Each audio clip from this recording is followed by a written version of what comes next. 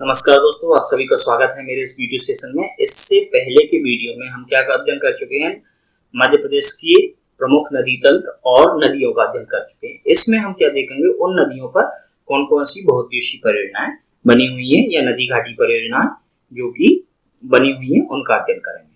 तो इसके लिए हम इस पर सारी की सारी नदियां लगा दें।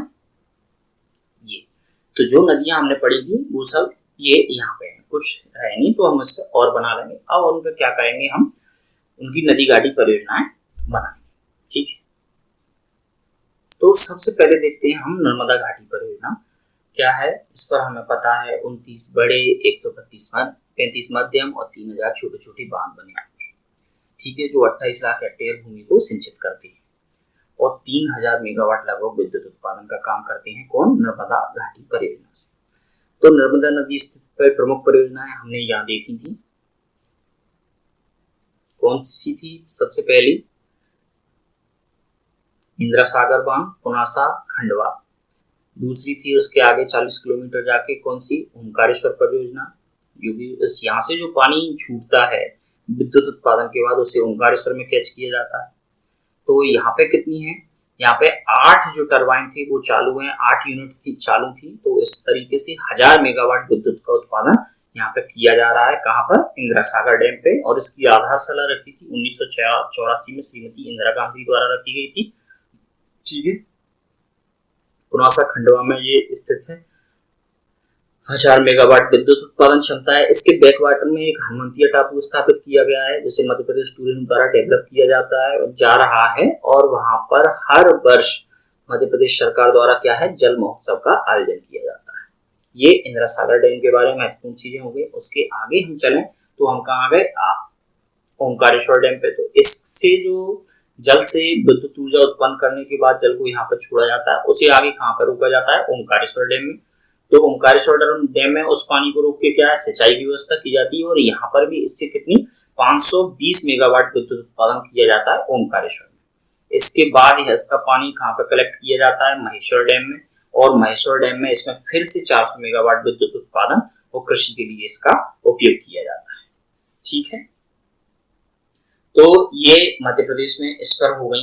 इसके बाद इसकी एक और है तवा बांध। ये जो तवा नदी हमने पढ़ी थी कहाँ से निकल रही थी? महादेव पर्वत से। तो तवा पर एक तवा डैम है इटारसी के रानीपुर गांव में। रानीपुर गांव में होशंगाबाद जिले के इटारसी में इसका तवा डैम है। इसका महत्वपूर्ण कॉन्टेस्ट इसका ये है कि ये होशंगाबाद जिले में सिंचाई की व्यवस्था के लिए महत्वपूर्ण दारोमदार इसी के ऊपर है, तवा बांध के ऊपर। और ये क्या करता है, जो अभ्यारण्य है कौन सा? सतपुड़ा टाइगर रिजर्व है और बोरी उसकी पश्चिमी सीमा का निर्माण भी करता है ये तवा डैम। इसके बाद आता है बरगी।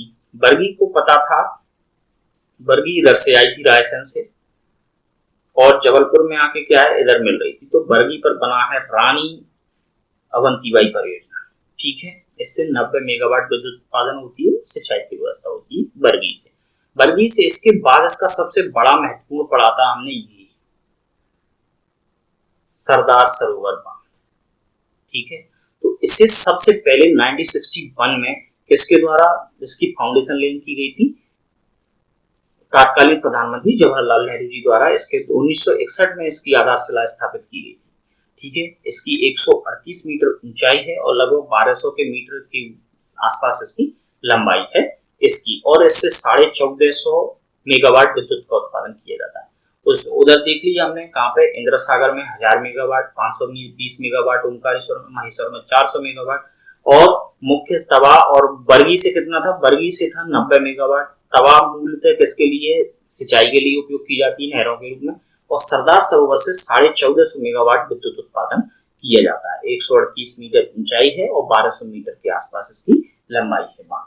ठीक है, और इसका लगभग क्या है, इससे उत्पादित होने वाली विद्युत का 57% किसको मिलता है? मध्य प्रदेश को। और शेष और कौन कौन भागीदार है? ये अंतरराज्यीय परियोजना और कौन कौन से राज्य इसमें सम्मिलित हैं? मध्य प्रदेश है, गुजरात है, महाराष्ट्र है और राजस्थान है। ये चारों राज्य इसमें सम्मिलित है। अब इसके जल बंटवारे को लेकर क्या है, राज्यों में विवाद हुआ। तो कौन सी समिति बनी थी? A.N. खोसला समिति सबसे पहले बनी। इसके बाद 1969 में न्यायमूर्ति बी रामास्वामी की अध्यक्षता में एक कमेटी गठित की गई जिसने अपनी रिपोर्ट 1969 में गठित की गई थी। 1979 में उसने अपनी रिपोर्ट दी जिसके अंतर्गत सर्वाधिक हिस्सा किससे मिलना था, मध्य प्रदेश को इसके जल का मिलना था। उसके बाद आधा हिस्सा गुजरात को और कुछ मात्रा में महाराष्ट्र और राजस्थान को व्यवस्था की गई थी। एग्जैक्ट आंकड़ों पे हम नहीं जा, ठीक है। अब इसमें क्या है, इसके किनारे का एक वो था टापू, सरदार सरोवर डैम के आगे, कहाँ पे 32 किलोमीटर आगे साधु गेट में, तो वहां पे उस नदी पर क्या किया गया है, सरदार वल्लभ भाई पटेल की प्रतिमा स्थापित की गई है 182 मीटर ऊंची साधु गेट में, जिसे 31 अक्टूबर 2018 को माननीय प्रधानमंत्री जी द्वारा देश को समर्पित किया गया था स्टैच्यू ऑफ यूनिटी के रूप में। और इसके जो मुख्य मूर्तिकार हैं वो कौन है, डिजाइन किसने तैयार किया, श्री राम सुतार द्वारा तैयार किया। इसके अलावा और कुछ महत्वपूर्ण परियोजना है नर्मदा घाटी में, वो अब हम देखें, ये बहुत महत्वपूर्ण हो गई। इसके बाद जो इससे लेजर कम महत्व रखती है, छोटी परियोजना मध्यम आकार की है, उसकी ट्रिब्यूटरीज पे वो हम देख रहे हैं। सबसे पहले मान, तो मान नदी कहां से निकलती है, मनावर धार से, तो उस पर बनी है मनावर धार से, तो इस पर बनी है क्या, मान परियोजना, ठीक है। इसके बाद आती है जोवट। जोवट क्या है, जोवट बनी है हथनी पर, हथनी नदी भी इधर ही है, तो हथनी पर है जोवट परियोजना, ठीक है, हथनी नदी पर। इसका जो पानी छूटता है उस पर अलीराजपुर में एक और परियोजना बनी है, इसका नाम रख दिया गया है शहीद चंद्रशेखर आजाद परियोजना, तो वो भी किस नदी पे है, हथिनी नदी पे। इसके बाद है अपर नर्मदा। अपर नर्मदा चली जाती है नर्मदा के अपर एरिया में, कहां पर, डिंडोरी में, डिंडोरी जिले में अपर नर्मदा परियोजना है, अपर नर्मदा। इसके बाद है हालोन, हालोन परियोजना, तो हालोन परियोजना है नर्मदा नदी पर, कहां पर, मंडला में, इधर कहीं मान लो हालोन, ये एग्जैक्ट नहीं है, बस समझाने के पर्पज से मैं इन्हें बनाते चल रहा हूं। तो मंडला में कौन सी हो गई, हालोन परियोजना हो गई। इसके बाद है अपर बेदा परियोजना। अपर बेदा परियोजना कहां पे है, खरगोन में, तो खरगोन में अपर बेदा परियोजना हो गई बेदा नदी पर, ठीक है। लोअर गोई परियोजना, ये कहां पे है, बड़वानी में है लोअर गोई, इसे क्या बोलते हैं, शहीद भीमा नायक परियोजना, ठीक है। तो ये कहां पे, बड़वानी पे, अपर गोई या शहीद भीमा नायक परियोजना। तो इस तरीके से इसकी नदियां तबाह हुई गई है, बरगी पैरानी अवंतीबाई हुई है। शुक्ता परियोजना देखेंगे तो वो खंडवा में ही शुक्ता नदी पे, जो कि नर्मदा की ट्रिब्यूटरीज है, ठीक है। इस तरीके से ये नर्मदा वैली पूरी हो गई है। इसके बाद हम देखेंगे चंबल। तो चंबल नदी घाटी परियोजना है वो मध्य प्रदेश की सबसे पहली नदी घाटी परियोजना थी और 1953-54 में पंडित जवाहरलाल नेहरू द्वारा इसका क्या की गई थी, फाउंडेशन लेइंग की गई। वो पहला जो चालू हुआ था वो कौन सा हुआ था, गांधी सागर, जो मंदसौर में बना है, ये वाला डैम निर्माण चालू हुआ था 1954 में और 57 में, 1960 में ये राष्ट्र को समर्पित हो गया था। इससे कितनी, 114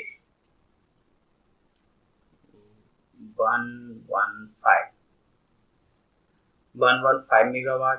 इससे कितनी होती है, 172 मेगावाट, 172 मेगावाट विद्युत उत्पादन होता है। और इससे 90 के आसपास 99 मेगावाट विद्युत उत्पादन होता है, किससे, जवाहर सागर बैराज से, ठीक है। तो इसकी परियोजना में 3 है और ये किस किस राज्य की है, मध्य प्रदेश और राजस्थान की संयुक्त परियोजना है, दोनों का 50-50% हिस्सा है इसमें, गांधी सागर, राणा सागर और जवाहर सागर, ठीक है। इस तरीके से कौन सी परियोजना समाप्त हुई, चंबल की नदी घाटी परियोजना समाप्त हुई, मध्य प्रदेश की सबसे पहली परियोजना थी। अब अन्य परियोजना देखें तो हमने देखी थी राजघाट परियोजना, ये बेतवा पर राजघाट परियोजना कहाँ पे है, झांसी उत्तर प्रदेश में है। इससे मध्य प्रदेश को क्या है, इससे यहाँ पे 45 मेगावाट विद्युत उत्पादन होता है और मध्य प्रदेश के लिए बाढ़ेर नहर मिलती है जो दतिया और ग्वालियर को सिंचाई के लिए जल प्रदान करती है। इसके बाद है बाणसागर परियोजना। बाणसागर परियोजना मैंने यहाँ पे बताया था आपको, कहाँ पे, ये देवलोक शहडोल में बाणसागर परियोजना की स्थापना की गई है सोन नदी पर, ठीक है। इसके बाद है हलाली परियोजना, या सम्राट अशोक सागर परियोजना के नाम से जाना जाता है। हलाली परियोजना ये यहाँ पे हमने देखी थी हलाली नदी पर, और इससे क्या होता है, विदिशा को और रायसेन दोनों के सिंचाई की व्यवस्था होती है हलाली सम्राट अशोक सागर परियोजना से। इसके बाद प्रमुख नदी जोड़ो परियोजना कौन कौन सी थी, एक तो कैंट बेतवा लिंक जिससे मध्य प्रदेश वो भारत सरकार द्वारा अनुमति प्रदान कर दी गई है। दूसरी कौन सी, चंबल चमो नर्मदा छिपरा लिंक परियोजना जिसे मध्य प्रदेश सरकार ने पूरा करवाया है 49 किलोमीटर की, ठीक है, 2012 में से पूरा कर दिया गया था। कौन कौन से राज्य की? अब जो गोदावरी पर बनेंगी, ये गोदावरी वाले प्रोजेक्ट में वैनगंगा पर जो बनेंगी वो किसकी रहेंगी? मध्य प्रदेश और महाराष्ट्र की संयुक्त परियोजनाएं रहेंगी।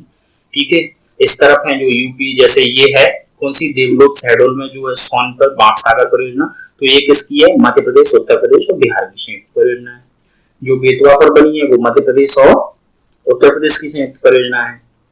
गांधी सागर, राणा सागर, जवाहर सागर मध्य प्रदेश और राजस्थान की संयुक्त परियोजना है। और जो इस तरफ है वो किसकी है? इससे हमने माही नदी पर दो देखी थी, एक तो जमनालाल बजाज परियोजना राजस्थान में और कड़ाना परियोजना कहाँ पे? गुजरात में। इस पर देखी थी हमने ताप्ती नदी पर काकरापारा और उकाई परियोजना, ये कहाँ पे है? गुजरात में है, मध्य प्रदेश में इन पर कोई नहीं है। ठीक है, तो कौन सी पेंच परियोजना है? मध्य प्रदेश महाराष्ट्र की है, यहाँ पे है। बावनथड़ी नदी पर है, वो भी मध्य प्रदेश महाराष्ट्र की है। भीमगढ़ और वो हमने देखी दिया है, वो किस पे है? बीनगंगा पर है। लोअर वगैरह सा हो गया है। उर्मिल परियोजना है, ये उर्मिल परियोजना छतरपुर में स्थित है। ठीक है, उर्मिल है बारना, बाड़ीगांव रायसेन से जो बारना नदी निकलती है उस पर है बारना।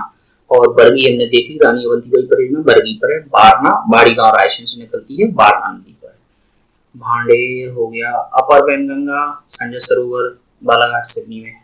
कोलार परियोजना हमने देखी थी, कोलार नदी कहाँ से निकलती है? सीहोर से, और नर्मदा में मिल रही थी, तो इस पर कोलार परियोजना है सीहोर में। ठीक है, थावर परियोजना है मंडला में, और एक हालोन पड़ी थी हमने, थावर परियोजना है मंडला में। सूखता है खंडवा में, सिंध परियोजना शिवपुरी में है। नरगवा केन की सहायक नदी पर है, नरगवा छतरपुर में। चोरल नदी महू इंदौर से निकलती है। तो इस तरीके से ये मध्य प्रदेश की महत्वपूर्ण नदी घाटी परियोजना है वो हमारी पूरी हो गई। ठीक है, अब मिलते हैं नेक्स्ट वीडियो।